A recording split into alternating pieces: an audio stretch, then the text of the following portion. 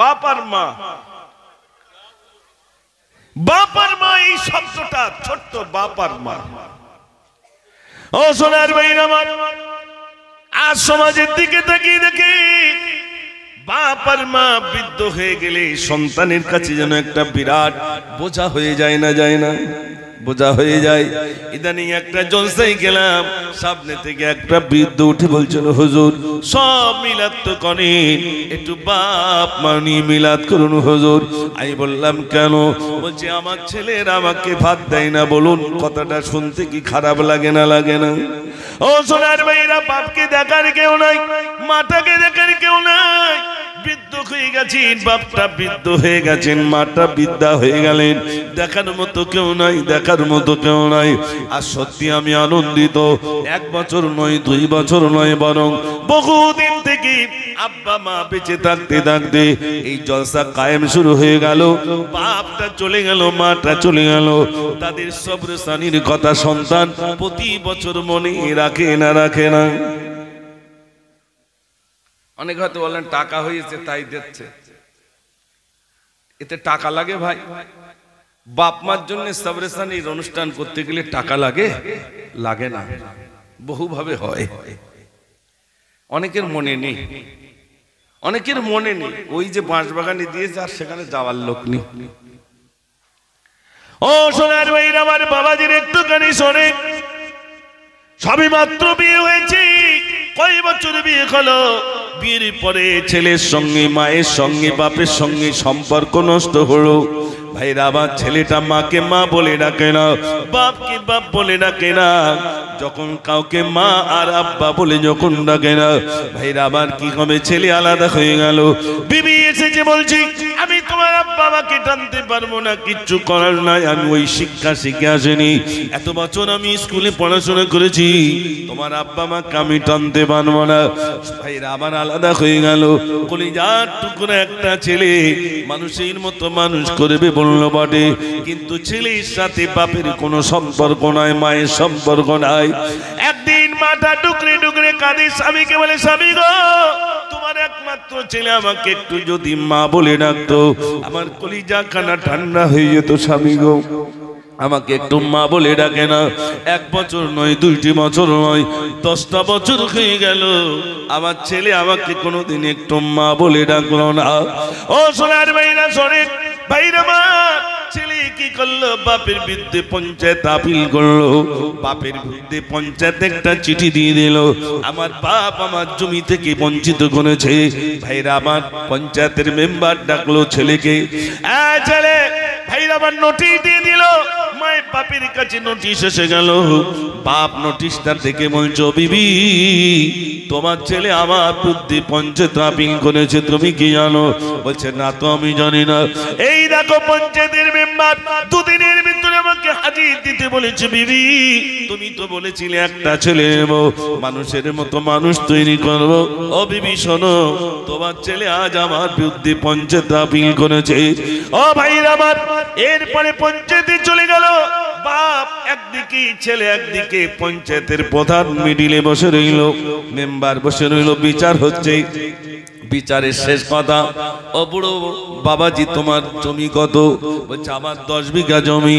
বলছে বুড়ো বয়সে 10 বিঘা জমি আগলে রেখে দিয়েছো, ছেলে জন্ম দিয়েছো, কি দিতে হয় তোমার কি জানা নাই? ছেলেকে 8 বিঘা জমি দাও, আর তুমি 2 বিঘা জমি নিয়ে বাড়ি চলে যাও। বলছে কোনো অসুবিধা নাই, সব আমার ছেলের জন্য। এখন 8 বিঘা জমি চেয়েছেন, আমি 8 বিঘা জমি দিয়ে দিলাম। বাড়িতে গিয়ে বলছো, বিবি আর বুঝি হবে না বিবি। বিচার হয়ে গেল, 8 বিঘা জমি ছেলেকে দিয়ে দিলাম, আর 2 বিঘা জমির মালিক আমি হয়ে গেলাম। ওরে বিবি, আমার কিছুর প্রয়োজন নাই, কোনো জমির প্রয়োজন নাই। ও বিবি, ছোট্টবেলায় তোমাকে বিবাহ করে নিয়েছিলাম, তুমি যেমন করে রান্না করে আমাকে খাওয়াইছিলে, ঠিক তদ্রূপ আমাদের দুজনের সংসার চলবে। আল্লাহ যে কোনো হালতে আমাদের জীবনটা কাটিয়ে দেবেন। বিবি তুমি দুঃখ করো না। ভাইরা আমার দুজনেই খন্দন করে। হুজুর আসছে নাকি? আচ্ছা আচ্ছা, একটু তাকবীর দেন, নারে তাকবীর। আচ্ছা হুজুর চলে যাচ্ছেন, মাশাআল্লাহ। আমার ভাইরা কি কথা বলছিলাম, একটু শোনেন, মন দিয়ে শোনেন, আপনাদের অসুবিধা হচ্ছে না তো? মায়ের কদম চুমে নিলে খোদার রকম হতো ফুলের সুবাস যতই তাক হবে না মায়ের মতো মায়ের কদম চুমে নিলে খোদার রকম হতো। একটু তাকবীর দেন না দেখি, নারে তাকবীর। বাপের বিরুদ্ধে পঞ্চায়েত আপিল হলো, মা এখন বাড়িতে এসে বলছো বিবি সেই আলাদা হয়েই আমাদের খেতে হবে। ও সোনার ভাইরা আমার, বাপ ছেলের কোনো সম্পর্ক নাই, মায়ের সম্পর্ক নাই। ছেলে মাকে মা বলে ডাকে না, আব্বাকে আব্বা বলে ডাকে না, এমন ছেলে সমাজে আছে না নাই? একটু জোরে বলেন। আপনাদের কোঠরি এখানে সব ভালো, আমি অন্য এলাকার কথা বলছি। ও সোনার মেয়েরা, বিচার হয়ে গেল, ছেলে একদিকে বাপ একদিকে, ছেলের সাথে বাপের কোন সম্পর্ক নাই। এমন একদিন হঠাৎ বাজারে গেছে, সবাই বলছে তোমার ছেলে তো হসপিটালে শুয়ে রয়েছে, তোমার ছেলে তো অসুস্থ, তুমি কি জানো? বলছে না। ছেলে চলে গেল হসপিটালে, বাপের কাছে সংবাদ এলো তোমার ছেলে হসপিটালের বেডে শুয়ে রয়েছে। এমন সময় বাড়িতে বিবির কাছে সে বলছে বিবি শুনলাম নাকি ছেলে ও সোনার ভাই আমার বাড়িতে চলে এলো, বিবিকে ডাক দিয়ে বলি বিবি ও বিবি শুনেছো তোমার কলিজার টুকরা ছিল অসুস্থ হয়ে রইল, হসপিটালের বেডে শুয়ে রইল, চলো চলো। সে আমাদেরকে আব্বা বলে হয়তো ডাকে না, মা বলে ডাকে না, সেটা তার ব্যাপার, কিন্তু সেটা তো আমাদের ছেলে, অন্তত চোখের দেখা একবার অন্তত দেখে আসি। বিবিকে বললো চলো যাই। ভাইরা আমার হসপিটালে চলে গেল, মার বাপ দুজন চলে গেছে। বিবি ডাক দিয়ে স্বামীকে বলছো স্বামী শোনো শোনো, তোমার বাপ মা যদি তোমাকে দেখতে আসে খবরদার জানো তুমি বাপ মার সাথে কথা বলবা না। সেক্রেটারি বলে দিল বাপার মা আসলি কি করবে না, কথা বলবা না, যদি দেখতে আসে খবরদার বলে দিচ্ছি। সেক্রেটারি কথা শুনবে না, শুনবে না? একটু জোরে বলে। ওরে বাবা, ও সোনার ভাইরা আমার সেক্রেটারি বলে দিল খবরদার তোমার আব্বা মা যদি আসে তোমার আব্বা মার সঙ্গে তুমি কথা বলতে পারবে না, বলে দিল। এখন ভাইরা আমার সেক্রেটারি যা বললো ছেলে তাই শুনলো, কোন রকমে খুঁজে খুঁজে দেখলো ছেলে হসপিটালের বেডে শুয়ে নিল। বাপ আর মা কি বলে বাবা ছেলে কি হয়েছে বাবা বল। আমি তোর মা এসেছি বাবা। ভাইরা আমার এই যে তোর আব্বা এসেছে আমার দিকে একটু তাকা বাবা, কি হয়েছে বাবা বল। ছেলে চুপটি করে রইল, কোনো কথাই বলে না, কোনো কথাই বলে না। সেক্রেটারি যা বলে দিয়েছে তাই পালন করে। ছেলে যা বলেছে, বাপ মানে বৌমা যা বলে দিয়েছে ছেলে তাই শুনছে, বাপের সাথে কথাই বললো না। ও সোনার ভাইরা আমার হসপিটাল থেকে নিচেই নেমে এসেছি, বিবি সঙ্গে সঙ্গে হঠাৎ করে পড়ে গেল, মাথায় পানি দেওয়া হয়েছে। কাঞ্চার বলছে বিবি, বিবি কাঞ্চার বলছে স্বামী গো আমার একমাত্র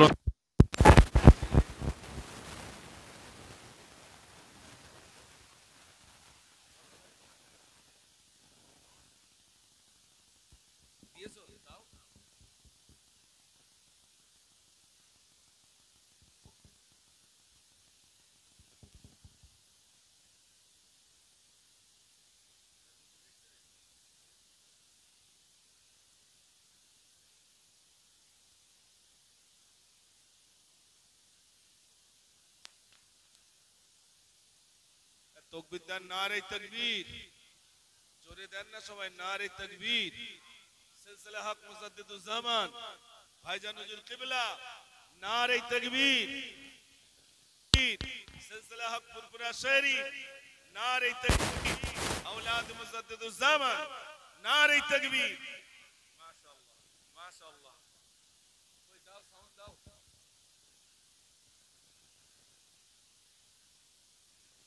মাশাআল্লাহ।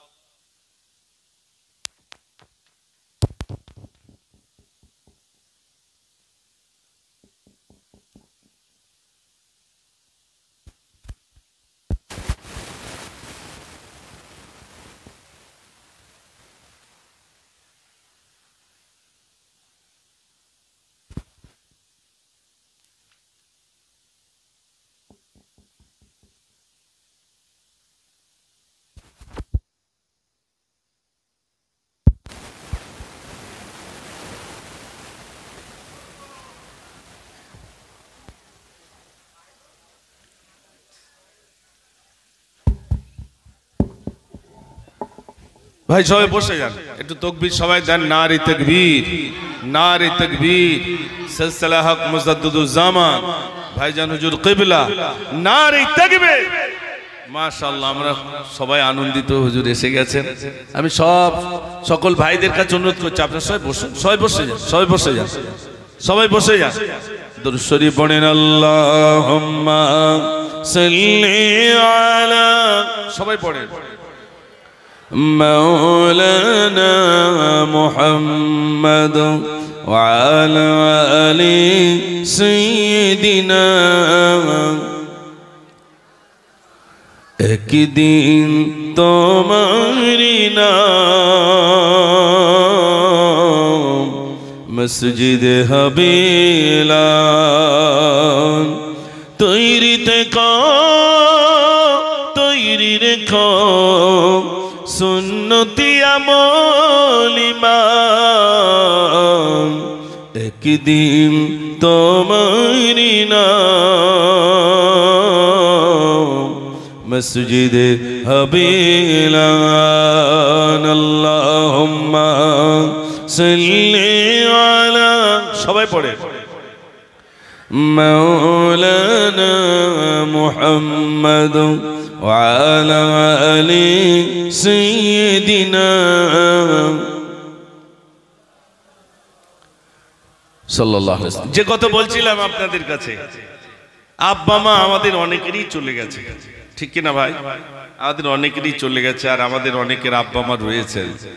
বাপ মা চলে গেছেন মানে জান্নাত চলে গেছে, আর বাপ মা আছেন মানে জান্নাত রয়েছে। একটু জোরে বলুন না সুবহানাল্লাহ। যাদের আব্বা মা আছেন, প্যার করুন, মহব্বত করুন, ভালোবাসুন। যিনি ভাইরা আমার আব্বা আর মাকে, আমি কি বলবো আপনাদের কাছে, বাপ আর মা এমন একটি সম্পদ। বৃদ্ধ হয়ে গেছেন, অজ্ঞ মানুষ, কিচ্ছু জানে না, ছেলের জন্য একটু বলবে যা বাবা আমি তোর জন্য দোয়া করি। বাপের দোয়া কবুল হবে না? হবে না। মাটা দোয়া করে দেবে, সন্তানের তাকদীর খুলে যাবে। জোরে বলুন না সুবহানাল্লাহ। আর মা অসন্তুষ্ট হবেন, উফ এতটুকু, আন তাহবাতা আমালুকুম, সমস্ত আমল বরবাদ হয়ে যাবে। মা যদি কষ্ট পায়, বাপ যদি কষ্ট পায়। ও সোনার ভাইরা আমার, অনেক যুবক ভাইরা রয়েছেন, শোনেন, গ্রামে অনেকেই রয়েছে, বাপ মা বৃদ্ধ হয়ে গেছেন, দেখার কেউ নাই, দেখার কেউ নাই। ভাইরা আমার, যদি বাপ মা কষ্ট পেয়ে যায় তাহলে কি হবে? কিতাবের ভিতরে এসেছে হযরত আলকামা মৃত্যু সজ্জায় শহীদ, কিন্তু তাকে কলমা তালকিন দেওয়া হয়, কলমা নসিব হয় না। ভাইরা আবার সাহাবা হুজুর আল্লাহ রাসূলের কাছে এসেছেন, ইয়া রাসূলুল্লাহ আলকামার জবানে কলমা নসিব হয় না। আমরা এত কলমা পড়াই, কিন্তু আলকামার জবানে কলমা আসে না। আল্লাহর নবী বললেন, আলকামার মা কি জীবিত আছে? ইয়া রাসূলুল্লাহ জানি না। নবীজি বললেন, যাও দেখো দেখো আলকামারের মা জীবিত আছে কি। খবর নিয়ে এসে বললেন, রাসূলুল্লাহ আলকামারের মা জীবিত রয়েছেন। আল্লাহর নবী বললেন, আলকামারের মাকে ডেকে নিয়ে এসো। আলকামারের মাকে ডেকে আনা হলো। আলকামারের মা যেই এলেন, আল্লাহর নবী বললেন, ও আলকামারের মা, আলকামারকে তুমি ক্ষমা করে দাও। আলকামারের মা বললেন, ইয়া রাসূলুল্লাহ আমার ছেলেকে আমি ক্ষমা করতে পারি না, এত কষ্ট দিয়েছে, এত কষ্ট দিয়েছে, আমার ছেলেকে আমি ক্ষমা করতে পারি না। আল্লাহর নবী বললেন, আলকামারকে যদি ক্ষমা না করো, জাহান্নামের আগুনে তোমাকে, জাহান্নামের আগুনে জ্বলবে আলকামার। আলকামারের মা বললেন, রাসূলুল্লাহ আমার ছেলে জাহান্নামে যাই যাক, আমি ক্ষমা করব না। আল্লাহর নবী বললেন, সাহাবারে, ওরে আমার সাহাবারে, এক কাজ করো, জঙ্গল থেকে তোমরা কিছু কাঠ নিয়ে এসো। ওই কাঠগুলো এনে আলকামারের মায়ের সামনে আলকামারকে তোমরা জ্বালিয়ে দাও। আলকামারের মা বললেন, রাসূলুল্লাহ আমার সামনে আমার ছেলেটাকে জ্বালিয়ে দেবে না, আমি মা সহ্য করতে পারবো না। আল্লাহর নবী বললেন, ও আলকামারের মা, এটা তো দুনিয়ার আগুন, জাহান্নামের আগুন 70 গুণ বেশি হয়ে যাবে, সেদিন কেমন করে বুঝবে? আলকামারের মা যেই না বললেন আমি ক্ষমা করে দিলাম, সঙ্গে সঙ্গে আলকামারের জবান থেকে কলমাটা নসিব হয়ে যায়। জোরে বলুন না সুবহানাল্লাহ। ও সোনার বাইরে চললে বলবো, মা যদি বাড়িতে থাকে মায়ের পা ধরে ক্ষমা চেয়ে নেন, ও মা আমি যা ভুল করেছি তুমি ক্ষমা করে দাও। বাপ যদি বাড়িতে থাকেন বাপের পা ধরে ক্ষমা চেয়ে বলুন, আব্বা আমি যা ভুল করেছি তুমি ক্ষমা করে দাও। মায়ের কাছে ক্ষমা চাইতে যাবে, মায়ের পা ধরে যে না ক্ষমা চাইবে, মা তখন জড়িয়ে ধরে বলবে, আব্বা রে তুই ক্ষমা চাওয়ার আগে আমি মা তোকে ক্ষমা করে দিলাম। বলে না বলে? আমরা বেঁচে থাকতে ক্ষমা চাই না, মরে যাওয়ার পরে ক্ষমা চাই।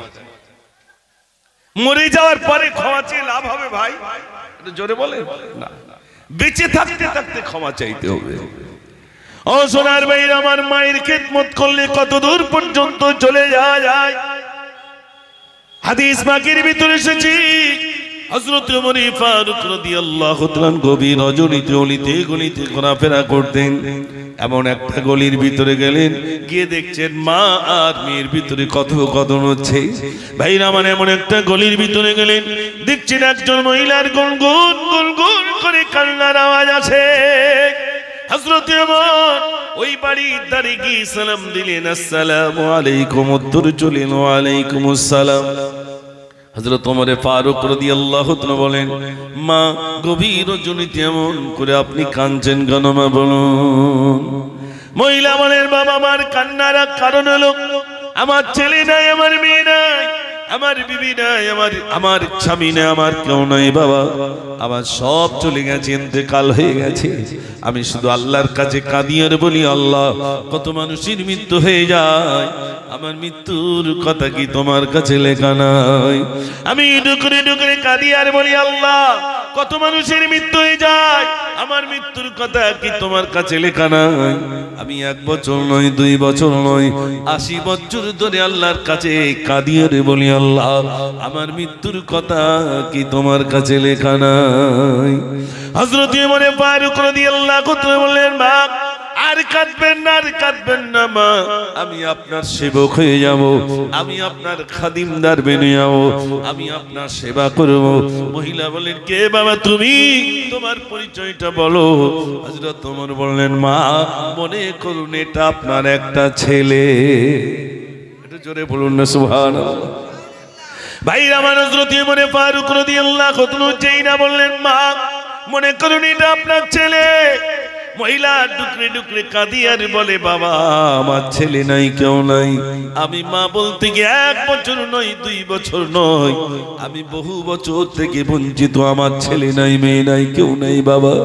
আমি কাঁদতে কাঁদতে আমার চোখ দুটো অন্ধ হয়ে গেল, আমি চোখে দেখতে পাই না, আমি খাবো কি তাও জানি না, চলতে পারি না, গোসল করতে পারি না। হযরত ওমর বললেন, মা আজ থেকে আমি আপনার সেবক হয়ে গেলাম, আমি আপনার সেবা করব। মহিলাকে বললেন, মা চলুন আপনি গোসল করে নেবেন, মা আপনি চলুন গোসল করে নেবেন। এবার একটা কাপড় দিয়ে বললেন, মা চলুন এই কাপড়টা আপনি পরিধান করুন। মা একটা কাপড় দিলেন আর মহিলাকে গোসল করার ব্যবস্থা করে দিলেন। কিছু খাদ্য আনলেন, গালে তুলে তুলে একজন মহিলাকে মা বলে খাওয়াচ্ছেন। জোরে বলুন না সুবহানাল্লাহ। আমরা ছেলেরা মা খাইয়েছি বলে মনে হয় ভাই? হ্যাঁ না, মাকে কোনোদিন একটু খাওয়াতে পারেনি, গালে তুলো মা তুমি একটু খাও। ওই মা খাইয়েছে না খাওয়ায়নি ভাই? মা কত খাইয়েছে, মাটাকে খাওয়াতে পারলাম না। ও সোনার ভাই, আমার মাকে গালে তুলে হযরত ওমর খাওয়াচ্ছে। হযরত ওমর ফারুক রাদিয়াল্লাহু তাআলা গালে তুলে খাওয়ান আর শোয়ার জায়গা করে দিলেন, মা এখানে শুয়ে পড়ুন। কিছু খাদ্য বালিশের পাশে রেখে দিয়ে বললেন, মা প্রতিদিন আপনাকে খাইয়ে যাব, মা প্রতিদিন খাইয়ে যাব, আর আমি আপনার প্রতিদিনের সেবক বেনে গেলাম। একটু জোরে বলুন না সুবহানাল্লাহ। হযরত ওমর ফারুক রাদিয়াল্লাহু তাআলা খেদমত করেই যাচ্ছে।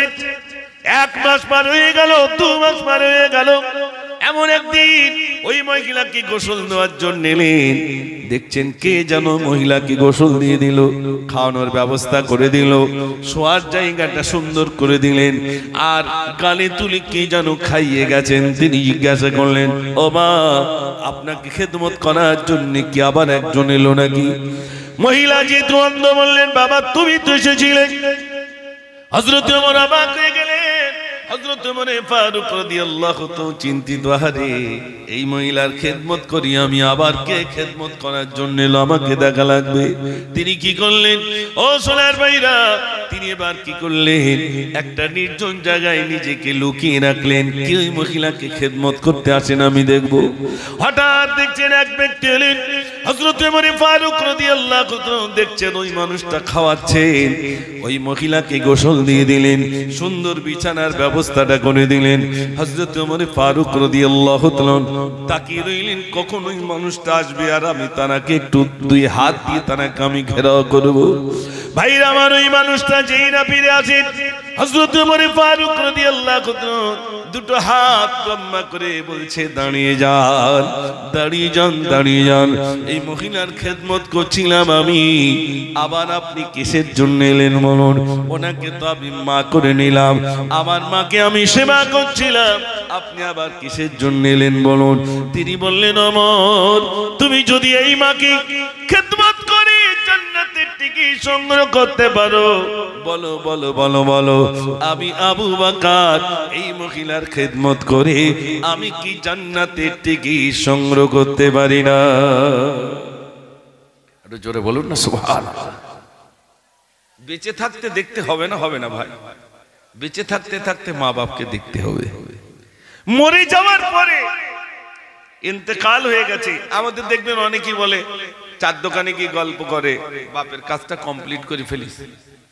কেন?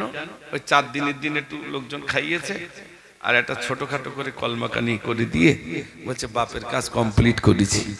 আপনার এখানে যারা আছেন সত্য কথা বলবেন, সন্তান বেঁচে থাকতে কোনোদিন বাপ মায়ের কাজ কমপ্লিট হয়? একটু জোরে বলে না। যতদিন হায়াতে থাকবে সন্তান হিসাবে দায়িত্ব ছিল না, ছিল না? ছিল। আব্বা মার কবরের ধারে গিয়ে একটু দোয়া করা, রব্বির হামহুমা কামা রব্বায়ানি সগীরা, দোয়া করা।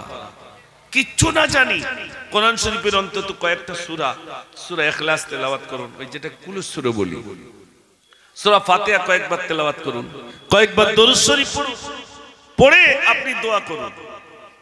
কিচ্ছু না জানলেও, আরবি না জানলেও শুধু একটু বলুন, আল্লাহ আল্লাহ আমার আব্বাকে তুমি ক্ষমা করে দাও। সন্তান এই দোয়াটা করবে, আল্লাহ তুমি আমার আব্বাকে তুমি ক্ষমা করে দাও। সন্তানের দোয়াটা বিদ্যুতের থেকে আরো দ্রুত গতিতে কবুল হয়ে যায়। জোরে বলুন না সুবহানাল্লাহ। এরকম একটা সন্তান আমাদের আছে বলে মনে হয় ভাই। বাপটা মরে গেছে, তার টুপি খুঁজে পাচ্ছে না। বাপ মারা গেছে, ছেলে টুপি খুঁজে পাচ্ছে না। বউটার বলতে তা সে রুমালটা দাও, হাত রুমাল, সেটা কোন রকমে ভাঁজ করে কানে গুঁজে দিয়ে যাচ্ছে বাপের জানাজা পড়তে। এরকম ছেলে আছে না? নাই, আছে। ও সোনার ভাই আমার, তালে বলুন, এমন ছেলে তৈরি করে গেলাম, আমার ইন্তেকালের পরে গোসলটা দেবে, গোসল দেওয়ার মতো মানুষ নাই। খোদার কসমকে বলছি, আমাদের গ্রামের কথা বলি, গোসল দেনেওয়ালা খুঁজে পাওয়া যায় না, খুঁজে পাওয়া যায় না। যার কাছে যাই বলে আমি একটু কাজে রয়েছি, আমি গিয়ে বললাম তা তুমি তোমার আব্বার গোসলটা দাও, বলছে আমার ভয় পাই। ছেলে বাপের গোসল দেবে, ছেলে বলছে আমার ভয় পাই। ভাগলো আর সবাই কি আর ছেলের ভয় লাগে? একটু জোরে বলে, তখন ভয় লাগে। বাপটার গোসল দিতে গেলে ভয় পায়। ও সোনার ভাই আমারে চললে বলবো, ওই কবরে আমাকে যাওয়া লাগবে। নিজের কবরটা কি সরঞ্জাম নিজেকে জোগাড় করে যেতে হবে, কেউ আমাকে দেবে না, দেবে না। এই জন্যে এই সেই মাস, যে মাসটার নাম হলো রজব মাস, বেশি বেশি করে ক্রন্দন করুন, চোখের পানিতে বুকটাকে ভিজিয়ে ফেলুন, বেশি করে কাঁদুন, কোরআন তেলাওয়াত করুন। যত বেশি ক্রন্দন করবেন, যত বেশি ক্রন্দন করবেন, ওই মানুষটার আত্মাটা তত স্বচ্ছ হয়ে যায়, পরিষ্কার হয়ে যায়। আল্লাহর ভয়েতে চোখের পানি ফেলুন, ওই পানিটা জাহান্নামের আগুন নেভানোর কারণ বনে যাবে। জোরে বলুন না সুবহানাল্লাহ। ও সোনার ভাইরা আমার, আমি সকল ভাইদের কাছে অনুরোধ করি, আজ এখানে জানা ও সোনার ভাইরা জানা রয়েছেন, একটুখানি শোনেন। আব্বা মা কবরে শুয়ে রইল, বাপ মাটা কবরে শুয়ে রইল। আপনি কবরের পাশে যান, প্রতি সপ্তাহ অন্তত একটি বার করে যান। জুমার নামাজ পড়ে কবরের পাশে চলে গিয়ে একটু কবরটা জিয়ারত করে আসুন। দুটো হাত তুলে কাঁদুন আর বলুন, আল্লাহ আমার আব্বা অনেক অন্যায় করেছে আমাদের জন্য। আল্লাহ আমরা ছোট ছিলাম, আমাদেরকে খাওয়ানোর জন্য আব্বা অনেক অন্যায় করেছে। আল্লাহ তুমি আমার আব্বাকে ক্ষমা করে দাও। ছেলে দোয়া করবে, ছেলের দোয়াটা কবুল হয়ে যাবে। বাপের কবরের পাশে গিয়ে অন্তত একটু কোরআন তেলাওয়াত করুন। ও সোনার ভাইরা দোয়া করুন। এমন মানুষ নাই বাপটার কবরের পাশে গিয়ে ভাইরা আমার কান্নার মতো কোনো মানুষ নাই। জবরদস্ত একজন আল্লাহর ওলি, তিনি বলছেন আমি কাশ্মীর ভিতরে স্বপ্নের ভিতরে আমি দেখলাম, গভীর রজনীতে আমি স্বপ্নের ভিতরে দেখলাম একটি কবরস্থানের পাশ দিয়ে আমি যাই। আমি দেখলাম কিছু মানুষ নুরানি, কিছু মানুষকে আমি দেখলাম, ওই কবরবাসীদেরকে দেখলাম একজন ফারিস্তা নূরের খাঞ্জা এনেছেন। ওই নূরের খাঞ্জা থেকে সবাই কিছু না কিছু নিয়ে গেছেন। যারা নিয়ে গেছেন তাদের কবরটা দেখলাম আলোকিত হয়ে গেছে, আর কিছু মানুষের কবরটা দেখলাম অন্ধকার হয়ে রয়েছে। আমি তাদেরকে জিজ্ঞাসা করলাম, এদের কবরটা আলোকিত, তোমাদের কবরটা অন্ধকার কেন, কালো কেন, একটুখানি বলো। তোমাদের মুখটা মলিন হয়ে গেল কেন? এদের মুখটা কত চকচক করে না, আনন্দে খুশিতে আত্মহারা। এদের কবরটা আলোকিত, তোমাদের কবরটা অন্ধকার কেন? তিনি বলছেন ওদের কবরটা আলোকিত হওয়ার কারণ একটাই, ওদের সন্তান ওদের জন্য কিছু দান খয়রাত করেছে, ওদের সন্তানেরা সবরস্থানের ব্যবস্থা করেছে। ওই সওয়াবটা আল্লাহ রাব্বুল আলামিন তাদেরকে বকশিশ করেছেন বলে তাদের কবরটা আলোকিত হয়ে গেছে। তারা আনন্দই কবরে রয়েছে। আমরা এত কিছু রেখেলাম, আমাদের ছেলের একটু সবরস্থানের ব্যবস্থা করে না, একটু দোয়াকানির ব্যবস্থা করে না। আমাদের জন্য আমাদের ছেলে একটু কোরআন পাক পড়ে আল্লাহর কাছে দোয়া চাই না। আমাদের ছেলেরা এই জন্যই, আমাদের ছেলেরা কিছুই করে না বলে কবরে আজ আমাদের কবর অন্ধকার হয়ে রইল। এক কাজ করেন, অন্তত আপনি গিয়ে আমার ছেলেদের কাছে গিয়ে একটু বলুন, তারা যেন আমাদের জন্য একটু সবরসানির ব্যবস্থা করে, একটু দোয়া খায়েরের ব্যবস্থা যেন তারা করে। আল্লাহর ওলি খুঁজে খুঁজে চলে এলেন। ভাইরা আমার তানাদের বাড়িতে এসে বলছেন, তোমার আব্বা জান ইন্তেকাল হয়ে গেছে, আমার আব্বা জান ইন্তেকাল হয়ে গেছে। কত বছর হয়ে গেছে? অনেক বছর ইন্তেকাল হয়ে গেছে। তোমার আব্বা জানের জন্য একটু সবরসানির কি ব্যবস্থা করো। বলছে সময় পাই না, এত কাজের চাপ, আমার বাপের জন্য একটু সবরসানি করব, সে সময় পাই না। এত কাজের চাপ, বাপের জন্য একটু সবরসানির অনুষ্ঠান করবে, সে সময় নেই। আর বাপ যা দিয়ে গেছে, ছুটবে তো এখন ছেলে। দু চারটে যদি ইট ভাটা থাকে, সে সময় পাবে বলে মনে হয়? জোরে বলে, একবার এখানে একবার ওখানে একবার এখানে বলে, উঠতে যেতে যেতে আমার সময় হয়ে যাচ্ছে। ও সোনার ভাই, আমার বাপের জন্য কিছুই করতে পারলাম না। তিনি বলছেন, তোমার আব্বা বড় কষ্টের ভিতরে কবরে রয়েছে, তুমি অন্তত তোমার আব্বার জন্য একটু সবরসানির ব্যবস্থা করো, দান খয়রাতের ব্যবস্থা করো। আল্লাহর ওলি বলেন, আমি বলে এলাম বটে, তারা কিছু দান করলো, তারা কিছু সবরসানির ব্যবস্থা করলো। পরের দিন আমি যখন ঘুমিয়ে পড়লাম, আবার স্বপ্ন আমি দেখলাম, গত রাত্রে যে কবরগুলো দেখেছিলাম অন্ধকার হয়ে গেছে, কালো হয়ে গেছে, যে কবরগুলো দেখেছিলাম অন্ধকার, এ রাতে আমি স্বপ্ন যোগে দেখলাম ওই কবরগুলো আলোকিত হয়ে গেছে। আমি তাদেরকে জিজ্ঞাসা করলাম, তোমাদের কবরগুলো আলোকিত হওয়ার কারণ কি? বলছে, আমার ছেলেরা আমাদের জন্য দান করেছে বলে, ওই সওয়াব আমাদের ওই বকশিশ হয়েছে বলে আমাদের কবরটা আলোকিত হয়ে গেছে। জোরে বলুন না সুবহানাল্লাহ। ও সোনার ভাইরা আমার, এজন্য আপনাদের কাছে বলবো, সন্তান তেমন হওয়া চাই যে সন্তানের দ্বারাই সমাজ উপকৃত হবে, সমাজের মানুষ দোয়া করবে, গায়ের মানুষ ওই ছেলের জন্য দোয়া করবে, গায়ের মানুষ এক বাক্যে বলবে, সত্যি একটা ছেলে এসে রেখে বিদায় হয়েছে, যে ছেলের দ্বারাই আমরা উপকৃত হয়েছি। সমাজের মানুষ, গায়ের মানুষ ওই ছেলের জন্য দোয়া করবে না, করবে না? এমন ছেলে একটা রেখে যান, সবাই এক বাক্যে দোয়া, মাশাআল্লাহ খুব ভালো ছেলে। আর এমন কিছু ছেলে আছে, মরে যাওয়ার পরে অনেকে বলে সত্যি মরে গেছে না, গ্রামটা জানো জুড়িয়ে গেছে। ঠিক বলছি না ভুল বলছি? গ্রামটা ঠান্ডা হয়ে গেছে। ও সোনার ভাইরা আমার, এমন ছেলে তৈরি করো যে ছেলের দ্বারাই সমাজের মানুষ উপকৃত হবে, সমাজের মানুষ উপকার পাবে। ভাইরা আমার, দিনের উপকার হবে এমন ছেলে একটা তৈরি করে যান। আপনি কবরে শুয়ে যাবে, ওই ছেলে যত ভালো কাজ করবে আপনি কবরে শুয়ে সওয়াব পেতে থাকবে। একটু জোরে বলুন না সুবহানাল্লাহ। ও সোনার ভাইরা আমার, তাই আমি আপনাদের কাছে বলে যাই, খোকন সহ তার ভাইজানেরা মিলে এই যে বিরাট ভাইরা আমার ইন্তজাম করেছেন, প্রতি বছরের জন্য ইন্তজাম করেছেন। এতগুলো মানুষ আসবেন, ফুরফুরা শরীফ থেকে ভাইজান হুজুরকে দাওয়াত করেছেন, আরো অনেক আলেমদেরকে দাওয়াত করেছেন। প্রতি বছরের নেই ভাইরা আমার এটা করে যান, যায় না যায় না। আর এতগুলো মানুষ আছেন, সবার খাওয়া দাওয়ার একটা ব্যবস্থা করেন, করেন না করেন না? ও সোনার ভাইরা আমার, এই যে এতগুলো মানুষের খাওয়া দাওয়ার ব্যবস্থা করেন প্রতি বছরে, বিশ্বাস করুন এখানে কত আল্লাহর ওলি মানুষ আসে, কত বুজুর্গ মানুষ আছেন, তাদের তানাদির দোয়াটা আল্লাহর কাছে কবুল হবে না হবে না? একটু জোরে বলেন।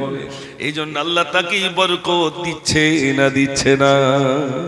সোনার ভাইরা আমার, এই জন্য আমি আপনাদের